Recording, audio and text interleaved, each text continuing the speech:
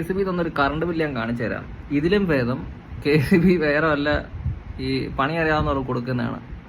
നമ്മൾ ആലോചിച്ച് നോക്കണം. നമുക്കിവിടെ മറ്റ് സംസ്ഥാനങ്ങളെ കണക്ക് കോള് വെച്ചിട്ടോ അല്ലെങ്കിൽ വേറെ സ്ഥലത്ത് നിന്ന് വാങ്ങുന്നതൊന്നുമല്ല. നമുക്ക് പണ്ട് കാലത്തേ ഉള്ള ബ്രിട്ടീഷുകാരുടെ സമയത്തേ ഉള്ള ഡാമുകളാണ്. അതിൽ നിന്നാണ് നമ്മൾ വൈദ്യുതി എടുക്കുന്നത്.